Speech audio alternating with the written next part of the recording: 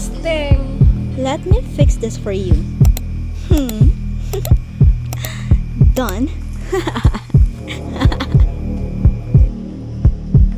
Nice meme. So funny.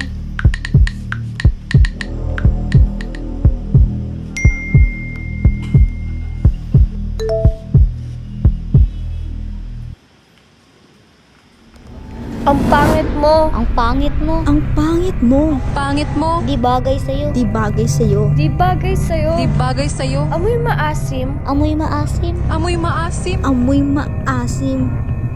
Delete mo na yan. Delete mo na yan. Delete mo na yan. Delete mo na yan.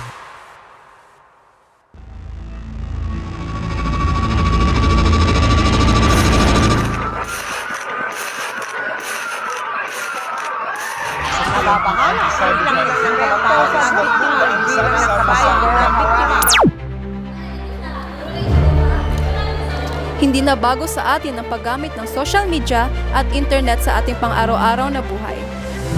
Simula ng taong 2020, mas dumadami ang mga kaso ng cyberbullying at online crimes, kasabay ng pagdami ng mga gumagamit ng social media. Higit na sa 50% ng kabataang Pilipino ang nakaranas ng cyberbullying o online scamming na patuloy pa ring tumataas bawat taon. Ang mga ganitong issue ay hindi lang basta online problem. Nakaka-apekto rin ito ng mental health, tiwala sa sarili at kaligtasan ng bawat isa. May mga biktimang napipilitang manahimik o minsan nawawala ng pag-asa. Dahil sa mapanirang salita at maling paggamit ng teknolohiya. Madaming tao ang nakaranas ng cyber harms tulad ng Hacking, scamming,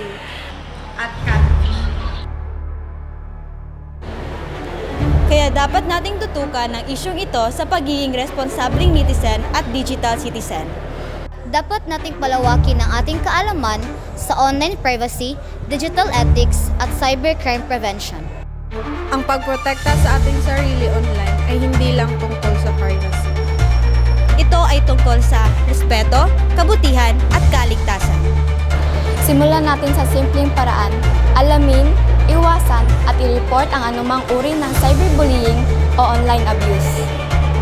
as a Holy Prussian, We should always think before posting. Safety over harm. And respect over ridicule. together. Let's all stop cyberbullying.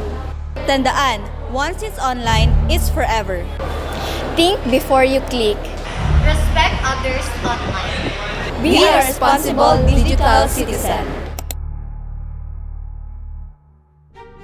If you or someone you know is a victim of cyberbullying or online abuse, you're not alone. You can reach out for help through these official hotlines. National Center for Mental Health, or NCMH Crisis Hotline. DepEd Child Protection Committee Hotline. And lastly, Teen Line Philippines, or Emotional Support Hotline. Together, we can create a safer digital world. Hashtag stop cyberbullying. Hashtag digital citizenship. Hashtag think before you click.